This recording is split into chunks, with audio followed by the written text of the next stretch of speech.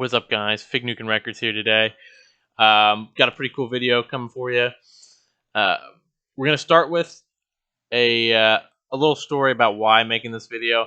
It basically started not this past record store day, but the previous one before that, I believe in September, if I'm correct. And so during that day, an album was released, a live album, of course, as you can probably tell from the title. And I thought I was gonna really enjoy it.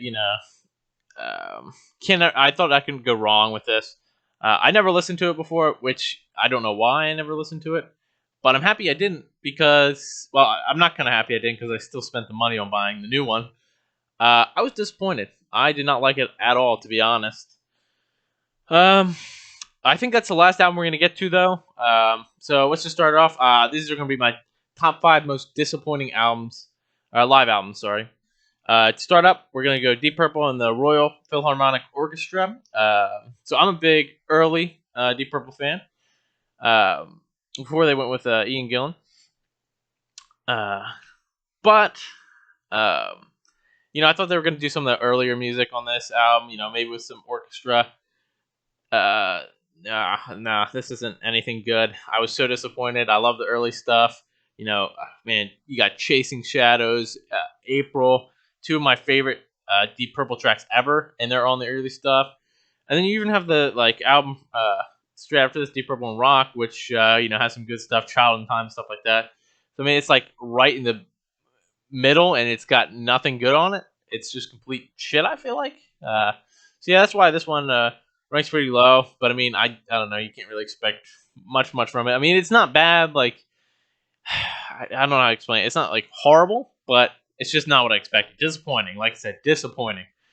Next up, I mean, this one, I guess wouldn't be so disappointing because I don't really expect much from them. But what can you say?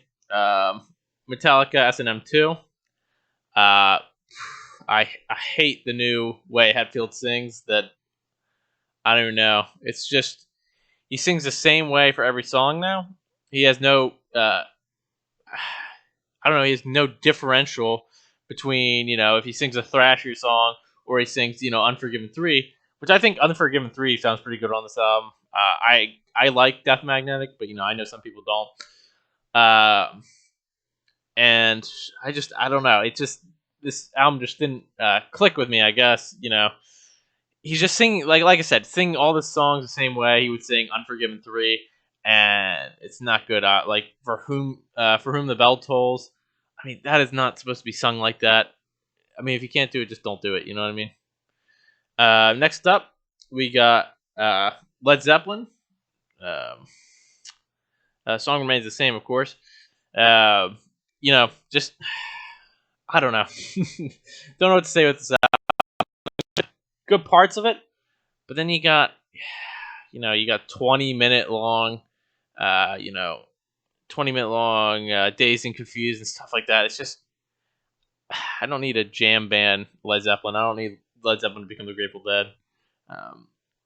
I guess it's like the bluesy thing, I guess, but I'm not a big fan personally. This is just kind of a letdown album, and I'd rather listen to I don't know. I'd rather listen to the normal albums and listen to this. I mean, of course, usually you do, but I don't know. There's just usually you get like a live track. You're like, wow, this is this definitive version, but nothing here really speaks to me. Next up, I got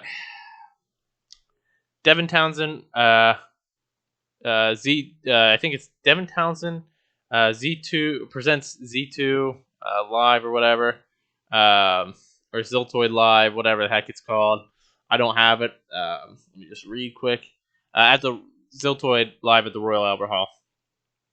So, going into this album, I was thinking, oh yeah, this is gonna be cool. Possibly having some original Ziltoid tracks. Not just some random stuff. I don't know. I thought we were gonna get like some Solar Winds, Planet Smasher. I don't know why I'm blanking on these titles right now, but I mean, it's just Devin Townsend. It's just kind of Devin Townsend. Like I don't know. I don't mean that in a bad way, but it's just like Devin Townsend project songs and then the Z2 album, which personally for me is just a letdown. I didn't enjoy the album much. I enjoy especially for Devin Townsend project. I much prefer the early stuff, Key, Ghost, etc. And that was just a big letdown for me. But hey, what can you do? What can you do? And then last up, and probably my most disappointing. Or no. Sorry. Not last up. We got one more before that comes up. Sorry. This was also a big disappointment for me because I believe this album came out in 2017. Let me just double check the facts on that. 2017, yeah. So I got into this band in 2016. It was around the time I got into stuff like Fantastic Negrito. So this band, The Sword, and Wolf Mother and that kind of stuff like that. Kind of that era of rock, I guess. Not really Fantastic Negrito. That's kind of a side thing. But I just remember like really being into them, really getting them into them, and then I saw a live album pop up, and I'm like, I'm not gonna really worry about it. I wasn't really into live albums at the time.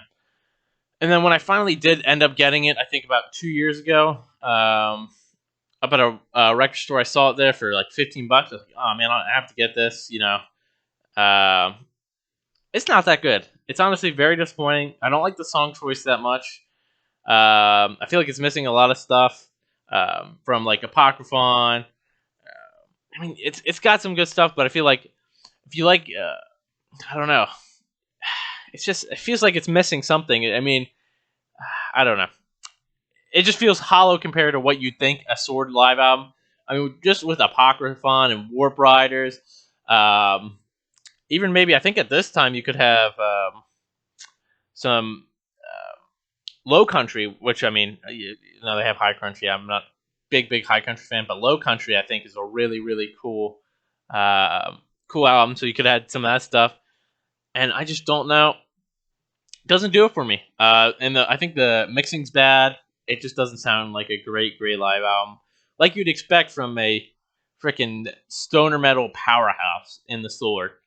And then last up, we're gonna go with one of my mistake purchases of RSD 2020. Let's see. Can I get it out? Oh no. There we go. Roger Waters, The Wall, live in Berlin. Holy cow. I didn't even get to finish this album. I couldn't tell you how the second half is, but I hated it. I'm not gonna lie. I didn't mind the beginning with the Scorpions. The Scorpions had a cool In the Flesh opening. But after that, it just goes downhill. Like, I'm kind of a purist when it comes to that kind of stuff. I think the Scorpions do it in a way where it's just kind of like a more like bombastic opening, I'd say, even though it's In the Flesh is already like a kind of bombastic opening. That's just, I don't need to hear these like horrible, like there's a horrible female singer and I don't even know who it is, but it's god awful. I think it's from Mother too, which to me already is one of the worst songs on The Wall. Yeah, so I think it's Mother. So let me see if I can find out who that is. I believe it's Sinead O'Connor, or maybe it's Goodbye Blue Sky. I don't know. It's just garbage to me. I mean, I cannot get through that song at all. I mean, I was just so, I don't even know. I have to say I was way happier that I got well, not I got, but that we got Roger Waters' The Wall in 2015, because, man, I hate that album. It's garbage. There's nothing, not even the slightest redeeming quality other than the Scorpions in the Flesh, at least from what I can tell.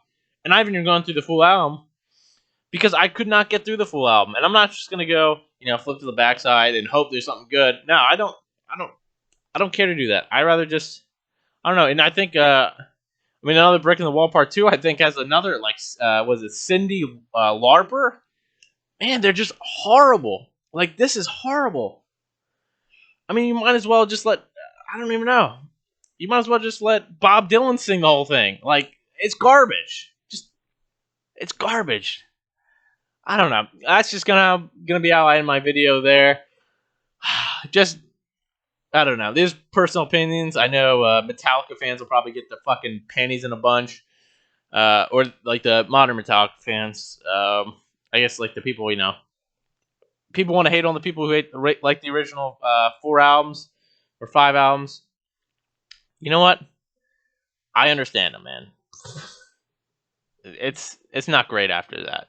I mean, like I don't mind the Black Album. I don't mind two other albums, the most recent and Death Magnetic. But I mean, just I don't know. These couple live albums. I mean, I don't think The Sword is the worst. It's not like a bad performance or anything like that. It's just poor mixing, song choice.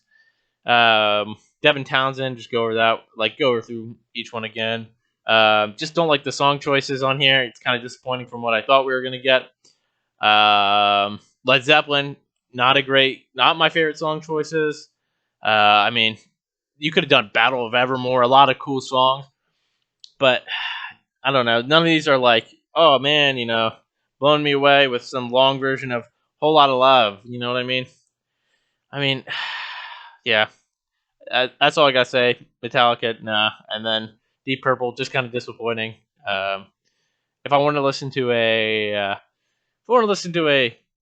orchestral album, I'd listen to something more classic, or I'd listen to some Frank Zappa because God, he's so good. All right, so this is Fig Newton Records out.